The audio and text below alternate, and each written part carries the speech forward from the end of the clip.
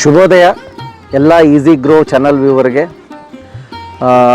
ಈ ಶನಿವಾರದ ಮುಂಜಾನೆ ಒಳ್ಳೆ ಬಿಸಿಲಿದೆ. ಇವತ್ತಿನ ದಿವಸ ನಾವು ಚಿಕ್ಕಬಳ್ಳಾಪುರ ಪ್ರಾಜೆಕ್ಟ್ಸಿಗೆ ಬಂದಿದ್ದೀವಿ, ಟರ್ಮರಿಕ್ ಪ್ರಾಜೆಕ್ಟು. ಇಲ್ಲಿ ಚಿಕ್ಕಬಳ್ಳಾಪುರದಲ್ಲಿ ನಾವು ಅರಶಿನ, ಶುಂಠಿ, ಬೇರೆ ಬೇರೆ ವೆರೈಟಿಯನ್ನು ಇಲ್ಲಿ ನಾವು R&D ಮಾಡ್ತಾಯಿದ್ದೀವಿ. ನನ್ನ ಜೊತೆ ನಮ್ಮ CS ದಂಬಲ್ ಈಸಿ ಗ್ರೋ ಟೀಮಿಂದ ಇದ್ದಾರೆ. ಸೊ ಇಲ್ಲಿ ನಾವು ಸುಮಾರು ಕ್ವಶನ್ಗಳನ್ನು ಮಾಡಬೇಕಾಗಿದೆ.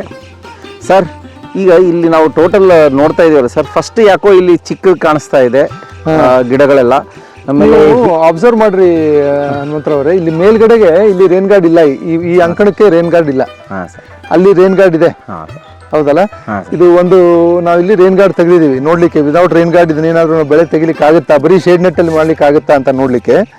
ಇಲ್ಲಿ ನಾವು ನೋಡ್ಲಿಕ್ಕಾಗಿ ಏನಾಗಿದೆ, ಮಳೆಗಾಲದಲ್ಲಿ ರೇನ್ ಗಾರ್ಡ್ ಕೆಲಸ ಏನು ಮಾಡುತ್ತೆ ಅನ್ನೋದು ನಮಗೆ ಇಂಪಾರ್ಟೆಂಟ್ ಇದೆ. ಹಾಗಾಗಿ ಇಲ್ಲಿ ನಾವು ರೇನ್ ಗಾರ್ಡ್ ಇಲ್ದಲ್ಲಿ ಈ ಸಾಲ್ ನೋಡಿ, ಸೆಂಟರ್ನಲ್ಲಿ ನೀರು ಚೆನ್ನಾಗಿ ಬೀಳುತ್ತೆ. ಇಲ್ಲಿ ಗಿಡ ಪ್ಲಸ್ ಇದು ಯೆಲ್ಲೋಯಿಶ್ ಇದೆ, ಹಳದಿ ಇದೆ. ಈ ಬೆಳೆ ಅಷ್ಟೊಂದು ಹೆಲ್ದಿ ಅನ್ನಲ್ಲ. ಎಲ್ಲದಕ್ಕೂ ಒಂದೇ ನ್ಯೂಟ್ರಿಷನ್ ಕೊಡ್ತೀವಿ ಹೈಡ್ರೋಫೋನಿಕ್ಸಲ್ಲಿ. ಆದರೆ ಇಲ್ಲಿ ಮಳೆ ಬಂದಿದ್ದರಿಂದ ಏನಾಗುತ್ತೆ, ಮಳೆ ಮೇಲೆ ಬೀಳೋದ್ರಿಂದ ಅದು ಡೈಲ್ಯೂಟ್ ಆಗಿ ಗ್ರೋ ಬ್ಯಾಗಿಂದ ಹೊರಗಡೆ ಹೋಗ್ಬಿಡುತ್ತೆ. ನ್ಯೂಟ್ರಿಷನ್ ಶಾರ್ಟೇಜ್ ಆಗುತ್ತೆ. ಸೊ ನಾವು ಎಷ್ಟೇ ಮೇಕಪ್ ಮಾಡಿದ್ರು still you will have the shortage of nutrition. ಹಾಗೆ ನೀವು ಮುಂದಕ್ಕೆ ಬಂದು ನೋಡಿ, ಇಲ್ಲಿಂದ ರೇನ್ ಗಾರ್ಡ್ ಇದೆ, ಈ ಜಾಗದಿಂದ ರೇನ್ ಗಾರ್ಡ್ ಇದೆ, ಈ ಸ್ಥಳದಿಂದ ಮತ್ತು ಆ ಕಡೆಗೆ ರೇನ್ ಗಾರ್ಡ್ ಇದೆ. ಇಲ್ಲಿಗೂ ಸುಮಾರು 1.5 ಅಡಿ ಡಿಫ್ರೆನ್ಸ್ ಕಾಣುತ್ತೆ. ಅಲ್ಲಿ ಮಧ್ಯ ನೀರು ಬೀಳಲ್ಲಂತೂ ಒಂದು 2-2.5 ಅಡಿ, ಆಲ್ಮೋಸ್ಟ್ ನಮಗೆ 2 ತಿಂಗಳಲ್ಲಿ 1 ತಿಂಗಳದ ಬೆಳೆ ಫೇಲು.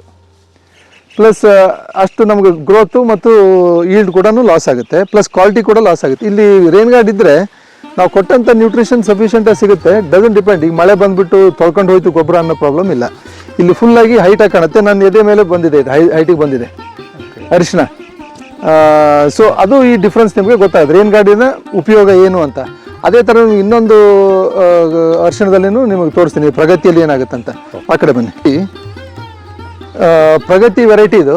ಪ್ರಗತಿ ವೆರೈಟಿಯಲ್ಲಿ ನೀವೇನು ನೋಡ್ತೀರ, ಪ್ರಗತಿ ಯೂಶಲಿ 1-1.5 ಅಡಿ, 40 ಸೆಂಟಿಮೀಟರ್ ಆವ್ರೇಜ್ ಹೈಟ್ ಆಫ್ ಪ್ರಗತಿ. ಇದು ಬರೋ ಹೈಟ್ ಇಷ್ಟೇ, ಹೌದಲ್ಲ?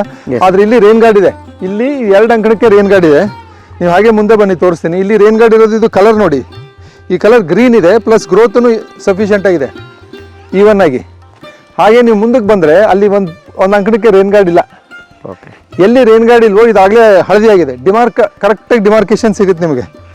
ಇಲ್ಲಿ ಮಳೆ ಬಿದ್ದುಬಿಟ್ಟು ಇಲ್ಲಿ ನೋಡಿ, ಇದೆಲ್ಲ ಗ್ರೋತು, ಇದಿಷ್ಟು ಏರಿಯಾ ನಿಮಗೆ ಯೆಲ್ಲೋಯಿಶ್ ಕಾಣುತ್ತೆ, ಪ್ಲಸ್ ಗ್ರೋತ್ನು ಕಡಿಮೆ ಅನಿಸುತ್ತೆ. ನೀವು ವೀಕ್ಷಕರಿಗೆ ಆಗಲಿ, ನಮ್ಮ ಮುಂದೆ ಬೆಳೆಯಂಥ ಟರ್ಮರಿಕ್ ಬೆಳೆಯಂಥ ಫಾರ್ಮರ್ಸಿಗಾಗಲಿ, ರೇನ್ ಗಾರ್ಡ್ ಇದ್ದು ರೇನ್ ಗಾರ್ಡ್ ಇಲ್ಲದೆ ಇರೋಗೆ ಏನು ಡಿಫ್ರೆನ್ಸ್ ಅಂತ ನೀವು ತೋರ್ಸೋಕ್ಕೆ ಈ ಪ್ರಾಜೆಕ್ಟ್, ಈ ವಿಡಿಯೋವನ್ನು ನೀವು ತೋರಿಸ್ತಾ ಇರೋದು. ರೇನ್ ಗಾರ್ಡ್ ಎದಕ್ಕೆ ಬೇಕು? ಬರೀ ನೆಟ್ ಹೌಸಲ್ಲಿ ಮಾಡ್ಬೋದು.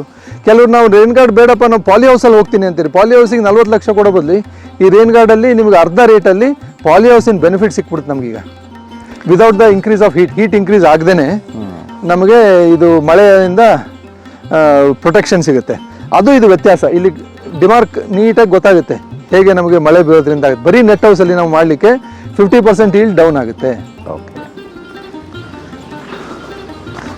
ಸರ್, ಮುಂದೆ ಇರೋಂಥದ್ದು ಯಾವುದು ವೆರೈಟಿ ಸರ್? ಇದು ಪ್ರತಿಭಾ.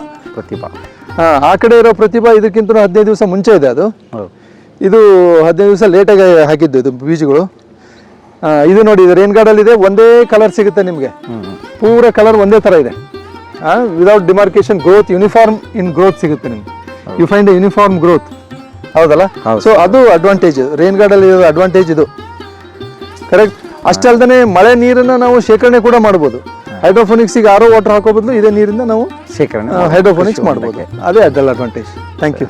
ಓಕೆ ಸರ್, ನೋಡಿದಿರ ವೀಕ್ಷಕರೇ, ಹೇಗೆ rain guard easy grow innovation ಮಾಡಿರುವಂಥ ರೇನ್ ಗಾರ್ಡು ಯಾವ ರೀತಿ ಇಂಪ್ಯಾಕ್ಟ್ ಆಗ್ತಿದೆ ನಮ್ಮ ಬೆಳೆಗಳಿಗೆ.